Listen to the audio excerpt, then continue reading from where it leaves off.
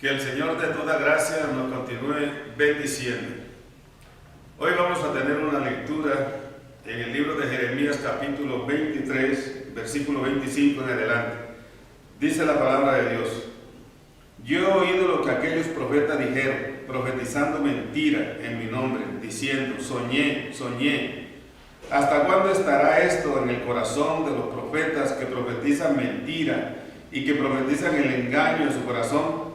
¿No piensan cómo hacen que mi pueblo se olvide de mi nombre con sus sueños que cada uno cuenta a su compañero, al modo que sus padres se olvidaron de mi nombre por Baal?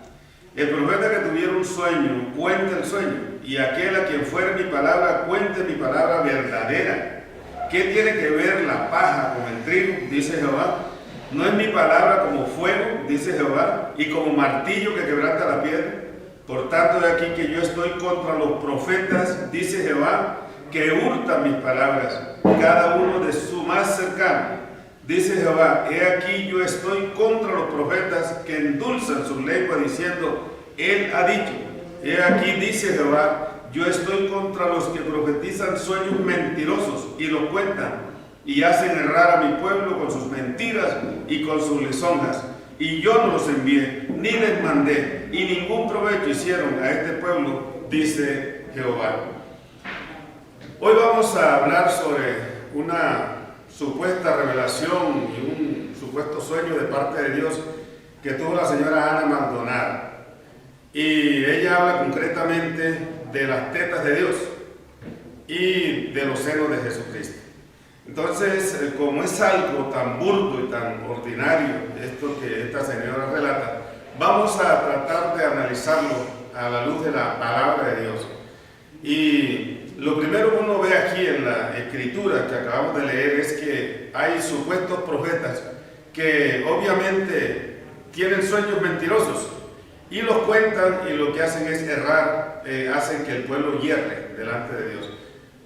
Que el pueblo se desvaríe, que el pueblo cambie, que el pueblo se conduzca por caminos diferentes a los decididos, determinados por Dios.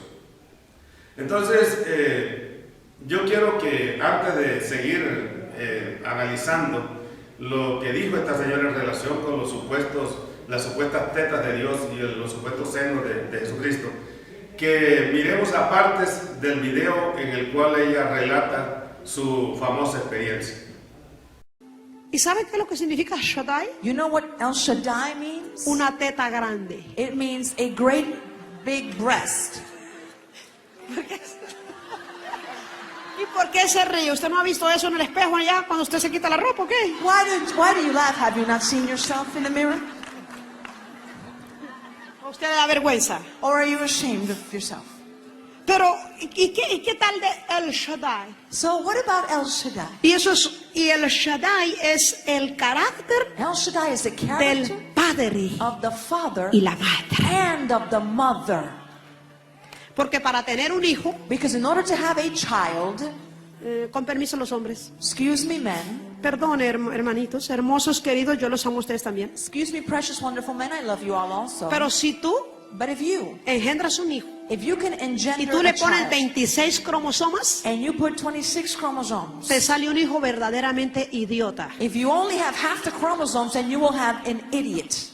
Necesitan los 23 de la mujer You need 23 chromosomes from the mother y los 23 del hombre. and 23 chromosomes from the Con uno father. que se pase, If you're only missing one sale mongólico idiota. or you're one over, then the child is going to be born with problems and have issues. Pero para que salga perfecto y perfecta como nosotras, tiene que 23. But for the child to be born perfectly like we Mamá are, you need 23 y from papá. mom and 23 from El dad. Shaddai. He breastfeeds. Yo tuve un sueño con esos senos And I had a dream with his breasts. y eran tan grandes And they were so huge. como una pelota de esas que se usan en los ejercicios, que hacen una bola grandota, así de grande. Have you seen those big round exercise balls? It was that large. Y que en el Rey Jesús había eso.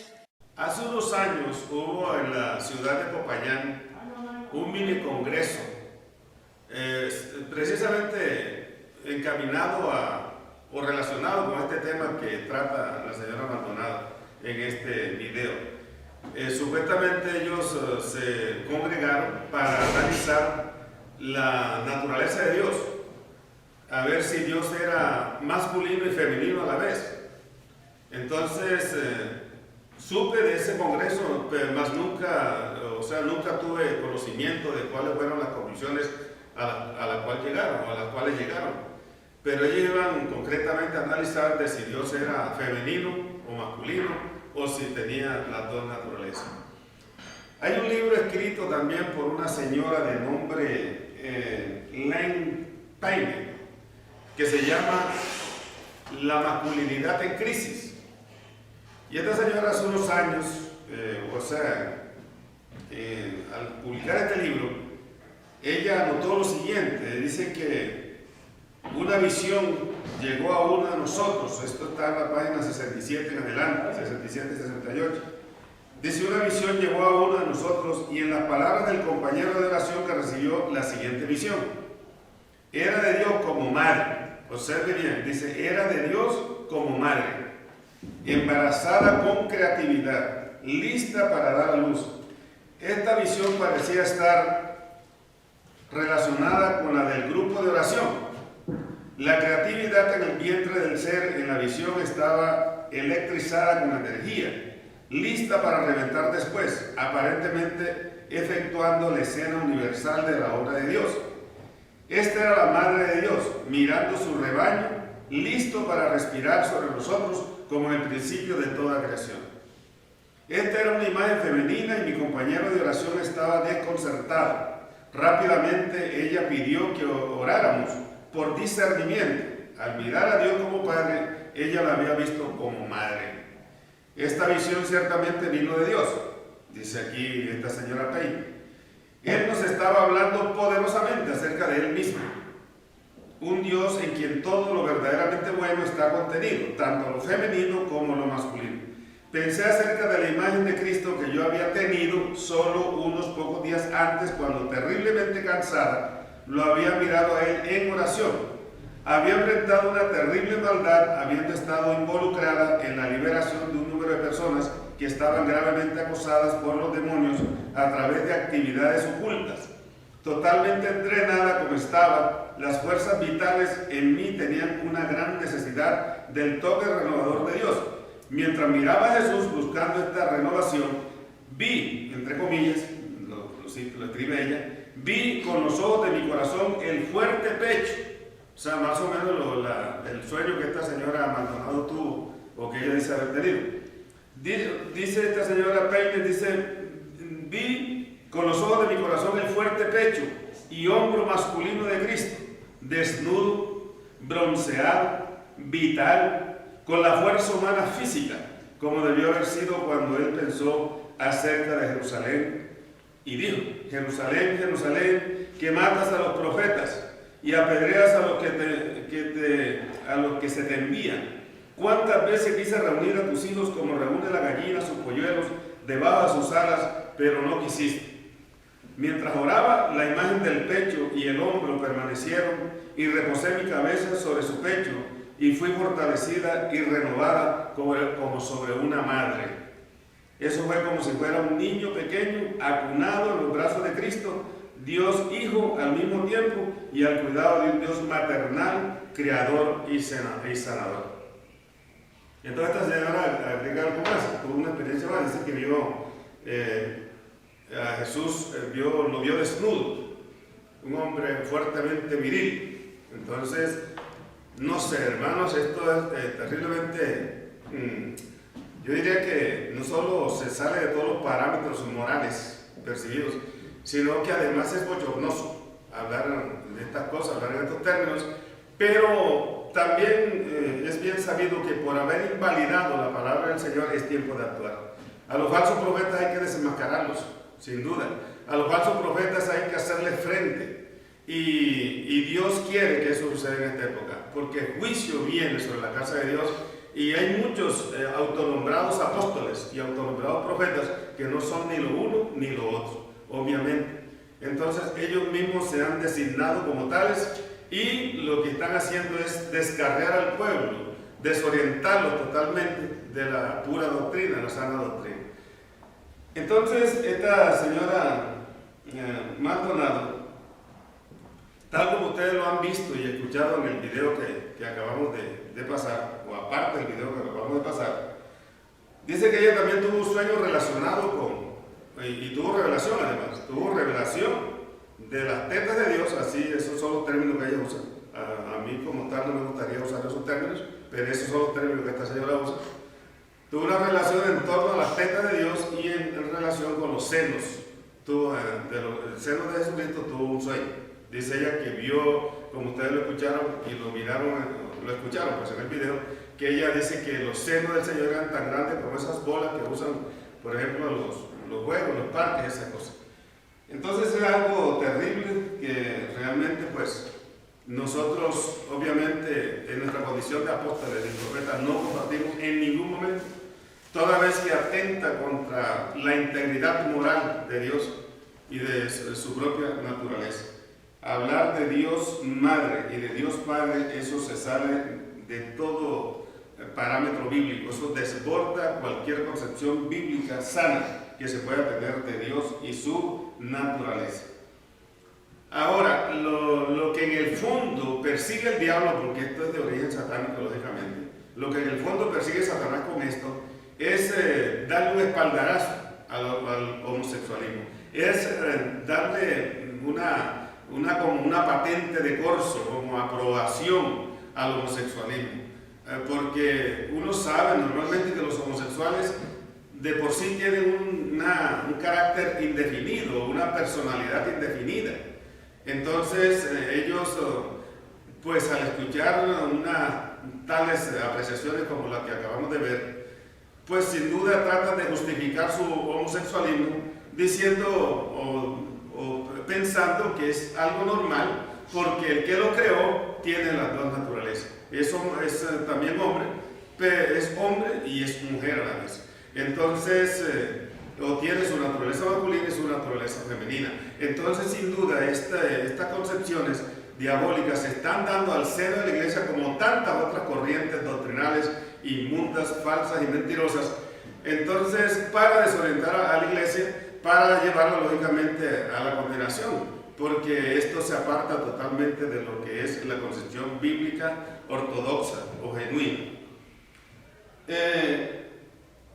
El homosexual en este caso no tendría base para sentirse culpable de su pecado, porque obviamente pues el culpable a la postre vendría a ser el que lo creó. Si el que lo creó tiene esas dos características, esas dos naturalezas de ser hombre y mujer al tiempo, pues el homosexual o la lesbiana no se sienten mal con su forma de ser, con su personalidad, porque el que lo creó los hizo así. O sea que a la postre el culpable vendría a ser el Creador. El culpable vendría a ser Dios por haberlo hecho así. Porque dice la Escritura que el hombre fue hecho imagen y semejanza de Dios. Entonces cabría afirmar que Dios no tiene autoridad moral para condenar el homosexualismo como lo condena en las Escrituras, ¿no? Hay muchos pasajes que condenan el homosexualismo. Pero Dios, por haber creado al hombre así, haberlo hecho con esas dos naturalezas, esas dos inclinaciones, pues no tendría base moral para condenar el homosexualismo. Y además habría que sacar la conclusión también que cuando Dios destruyó a Sodoma y Gomorra por su sodomía, por su homosexualismo, estaba cometiendo un acto terriblemente injusto, porque estaba matando a criaturas que fueron hechas a imagen y semejanza de él, y que si eran homosexuales no era por su culpa, no era porque fueran aberrados sexuales, sino sencillamente porque era algo propio de su naturaleza, la cual habían heredado de su Creador. Entonces vemos, hermanos, cómo es peligrosa esta apreciación, esta posición tan desjuiciada, tan desviada de lo que es la Escritura, de lo que es el mismo Dios, de lo que es su carácter, de lo que es su naturaleza. ¿Qué dice la Biblia respecto a la creación del hombre? Pues sencillamente la Biblia dice que Dios creó a Adán, terminado en M, Adán, que quiere decir humanidad.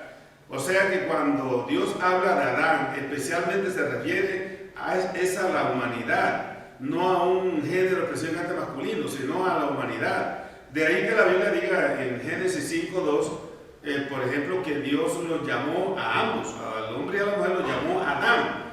pero esa designación está referida a la humanidad, o sea, el hombre y la mujer constituyen y eran el principio de la humanidad. Entonces a eso se refiere la palabra Adán. Y Adán, que viene de, probablemente la palabra Adamá, que viene de Adán, que quiere decir tierra, pues por eso fue que al hombre le pusieron ese nombre, Adán, precisamente porque fue tomado de la tierra, la humanidad salió de la tierra, de manera que tanto Eva como Adán, formados de la tierra, no puede decirse que porque Dios supuestamente es Dios Padre y Dios Madre, traían las dos naturalezas, absolutamente no. El hombre era definitivamente hombre y es definitivamente hombre a los ojos de Dios, y la mujer definitivamente mujer. Dios creó los dos sexos, el masculino y el femenino, y los dos son complementos, como sabemos por las Escrituras. Ahora, ¿qué quiere decir que el hombre fue creado a imagen de Dios? Pues sencillamente quiere decir que el hombre heredó de Dios cualidades propias del ser divino, propias de nuestro Padre, como son la razón, la personalidad, el intelecto y la capacidad de relacionarse, escuchar, ver y hablar. Eso significa, no es que Dios tenga una parte somática, una parte física, como posiblemente pueda creerse, porque dice la Escritura que Dios es espíritu. De manera que a eso se refiere la Escritura. De pronto la confusión que existe en torno a esto es que como nosotros fuimos hechos a imagen y semejanza de Dios, entonces algunos creen que el hecho de que existan esos sexos indefinidos se debe precisamente a que en Dios existen esas dos inclinaciones, lo cual es totalmente absurdo.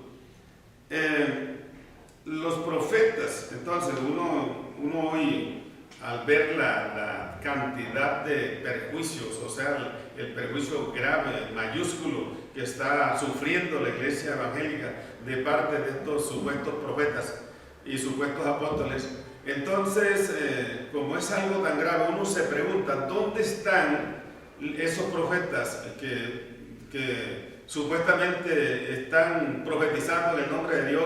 ¿Dónde están esos apóstoles supuestamente enviados y ungidos por Dios, que no levantan su voz, incluido el propio Maldonado, incluido el propio Guillermo Maldonado, que así mismo se hace llamar apóstol?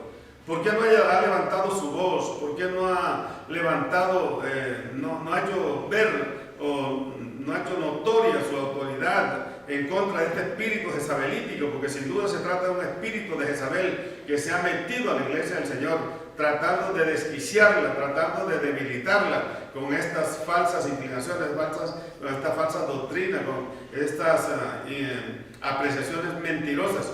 Entonces, ¿dónde están los profetas hoy? ¿Dónde están esos apóstoles escondidos que no levantan su voz? ¿Es que acaso le temen al hombre? ¿Le temen de pronto a ser excluidos de los púlpitos o desterrados o muertos quizás? Decía Pablo, si todavía agradara a los hombres, no sería siervo de Jesucristo. Eso lo decía el apóstol Pablo. Y el apóstol Pablo no tuvo el menor reparo en reprender al apóstol Pedro cuando vio que Pedro estaba llevando a los gentiles a judaizar. Y delante de todo lo reprendió, dice la Escritura, porque Pablo consideró que Pedro era digno de condenar por la actitud que había tomado en ese momento. Y era un apóstol. Los apóstoles estamos para hacer respetar la doctrina de Cristo, la pureza doctrinal. Y estamos para exhortar cuantas veces sea necesario. Y tenemos una autoridad universal, los apóstoles. Por eso en la iglesia primitiva dice que la iglesia se dirigía no solo por la enseñanza de Cristo, sino por la doctrina apostólica. Porque los apóstoles estaban investidos de autoridad. Entonces uno se pregunta, ¿dónde están esos apóstoles? ¿Qué se hicieron? ¿Salieron despavoridos a esconderse? ¿O están sencillamente comiendo de la mesa de Jezabel? ¿Están todavía postrados delante de Baal? ¿Le están rindiendo culto a Baal todavía? Entonces tienen que salir de sus escondrijos y hacerle frente a estas doctrinas que están desbalanceando la iglesia de Jesucristo, que la están arruinando prácticamente a nivel mundial. Entonces yo hago un llamado a esos grupos de tantos profetas y pastores y apóstoles que hay a nivel mundial, que dejen oír su voz de autoridad apostólica y profética, y traten de enderezar las cosas, porque así como vamos sumamente mal. Y a ti Ana Maldonado, te dice el Señor, quise escribir este mensaje de lo que el Señor te manda a decir, porque quiero ser muy fiel en lo que el Señor te manda, o te dice hoy. A ti te digo, Ana Maldonado, yo ni he sido ni seré jamás indefinido. Jamás he sido ni seré ambiguo. Mi carácter no es indefinido. Mi moral no es indefinida. Mis decisiones no son indefinidas. Tus palabras me mortifican en gran manera. Cuando formé al hombre, lo formé como hombre, y a la mujer como mujer. A cada uno en forma definida, le impartí características muy particulares. Arrepiéntete pues y mira hasta dónde has caído. Esto es lo que el Señor te dice a ti, Ana Maldonado. Entonces, como decía, quise escribir este mensaje para lograr ser fiel a las palabras que exactamente el Señor te dice hoy, a fin de que tomes una decisión firme, seria y responsable. Por lo demás, ese lenguaje usado por ti en ese video es un lenguaje procaz, es un lenguaje vulgar, burdo, áspero, es un lenguaje ofensivo en contra del pudor y las buenas maneras de damas y caballeros que están y que pertenecen al pueblo de Dios. Entonces, consideramos nosotros que llegó el tiempo de buscar la pureza para la iglesia de Jesucristo, porque no podemos seguir con esa chabacanería desde los púlpitos, con esos chistes flojos, con esas revelaciones traídas a los cabellos, esos supuestos sueños que al estar totalmente en contraposición a la Escritura, sin duda no vienen de Dios. Que el Señor tenga misericordia de nosotros y que la luz de Él nos acompañe para poder discernir entre lo que viene de Él y lo que no viene de Él. Sin duda estamos viviendo tiempos peligrosos y los creyentes que no estén fundamentados sobre la roca, viento de doctrina mentirosa y falsa lo pueden arrastrar. Entonces volvamos a la doctrina de Jesucristo, volvamos a la enseñanza apostólica, a fin de que nosotros podamos responderle al Señor en estos tiempos de apostasía, en estos tiempos en que mucha gente ha renegado de la fe y de la pura doctrina.